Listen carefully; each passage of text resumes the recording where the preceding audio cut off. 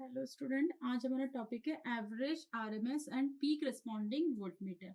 चूंकि हम यहाँ पर एसी वोल्टमीटर पढ़ रहे हैं, मतलब कि एसी वोल्टमीटर एसी एमीटर पढ़ रहे हैं, तो एसी का जो आपका प्रॉपर्टी है वो मैंने आपको पहले लेक्चर में भी बताया था कि यहाँ पर आपको तीन वैरायटी मिलेगी। This is the alternating current. अगर ये आपकी ऑल्टरनेटिंग करंट है, अपन इसको बना ले तो ये this is called the peak value. This is called the peak value and this is called the RMS. And RMS से आपका थोड़ा सा नीचे जो होता है आपका एवरेज वैल्यू आ जाता है, एवरेज वैल्यू। ठीक है, तो ये जो आरएमएस वैल्यू ये आपको हीटिंग इफेक्ट देता है, हीटिंग इफेक्ट, हीटिंग इफेक्ट। ठीक है, तो इस तरीके से आपका जो एसी अगर आपको मेजर करना है, ऑल्टरनेटिंग करंट अगर आपको मेजर करना है, तो आपको तीन तरह के मीटर मिलते हैं कि आपको पीक वैल्यू मेजर करना है, आप आरएमएस वैल्यू मेजर कर सकते हो, और या फिर आप एवरेज वैल्यू। तो एवरेज वैल्यू रिस्पॉन्डिंग मीटर अपन देख लेते हैं। तो एवरेज वैल्यू के लिए हम इसमें क्या यूज करते हैं, पहले भी मैंने आपको बताया था कि हम एसी यूज कर रहे हैं, एसी को हमें मेजर करना है। तो एसी को हम क्या करते हैं, पहले डीसी में कन्वर्ट करते हैं, डायरेक्ट करंट में। फिर डीसी जो आता है आपका, डीसी को अपन किसको देते हैं, पीएमएमसी मीटर को, पीएमएमसी मीटर को। ठीक है, ऐसा अपन क्यों करते हैं, क्योंकि जो सबसे हाई एक्यूरेट और हाई सेंसिटिविटी मीटर है वो आपका पीएमएमसी मीटर होता है, रादर देन इलेक्ट्रोडायनेमोमीटर टाइप और द मूविंग आयरन। दोनों से के कंपैरिजन में, मतलब डायनेमोमीटर टाइप मीटर और मूविंग आयरन मीटर, दोनों में बेस्ट जो है आपका पीएमएमसी मीटर है, मतलब सबसे अच्छा मीटर पीएमएमसी, इसकी हाई सेंसिटिविटी होती है। तो that's why we use the PMMC meter. अब आपको पता है कि पीएमएमसी मीटर जो है वो डीसी पे वर्क करता है, एसी पे नहीं। तो इसीलिए हम एसी को क्या करते हैं, डीसी में कन्वर्ट करते हैं with the help of rectifier, with the help of rectifier. तो अब हमको रेक्टिफायर का यूज करना है एसी को डीसी में कन्वर्ट करने के लिए। तो जो हम सिंगल रेक्टिफायर यूज करेंगे, जब हम सिंगल रेक्टिफायर यूज करेंगे, हमने सिंगल रेक्टिफायर यूज किया है और यहाँ पर हमने एसी इनपुट दिया है, एसी इनपुट और सिंगल रेक्टिफायर हम यूज करेंगे, और यहाँ पर हम पीएमएमसी मीटर लगा देंगे। तो यहाँ पर हमने पीएमसी मीटर लगा दिया, या फिर बीच में एम्पलीफायर भी लगा सकते हैं, एम्पलीफायर लगाने के बाद हम पीएमसी मीटर दे सकते हैं।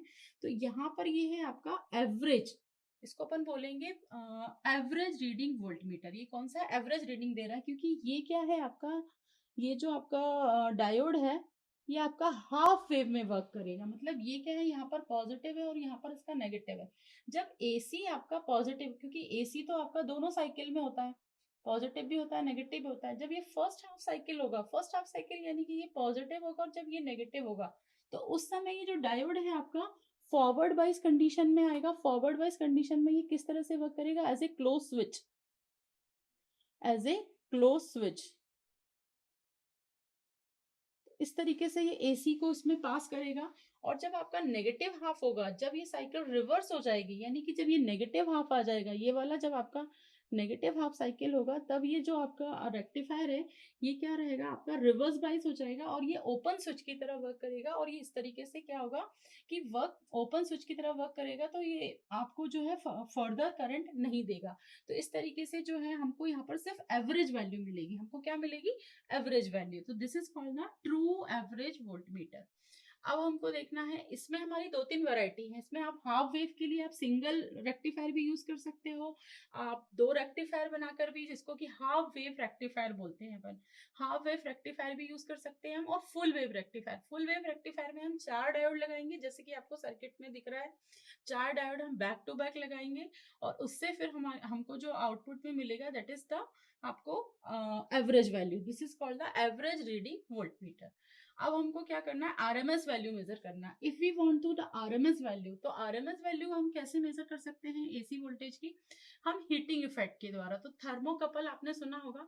थर्मोकपल क्या करता है, जब हम इसके इनपुट में कुछ हीटिंग मतलब करंट वगैरह देते हैं या फिर कुछ हीट देते हैं, तो इसके बदले में ये क्या देता है हमको आउटपुट में, वोल्टेज। थर्मोकपल, थर्मोकपल हम यूज करते हैं for the measuring the RMS value of AC. तो इसके लिए हम पहले थर्मोकपल लगाते हैं, उसको हम एसी वोल्टेज देते हैं। एसी वोल्टेज देने के कारण इसमें हीट होती है, उस हीट के कारण थर्मोकपल जो है वो क्या जनरेट करता है, इलेक्ट्रॉनिक वोल्टेज, वोल्टेज जनरेट करता है। उस वोल्टेज को हम पीएमएमसी इंस्ट्रूमेंट को दे करके आरएमएस वैल्यू जो है करंट की मेजर कर सकते हैं। अब आता है थर्ड आपका पीक वैल्यू। तो पीक वैल्यू मेजर करने के लिए हमने क्या टेक्निक लगाई है, पीक वैल्यू मेजर करने के लिए हम एक रेक्टिफायर लगाएंगे और हम क्या करेंगे, उससे क्या है कैपेसिटर को चार्ज करेंगे।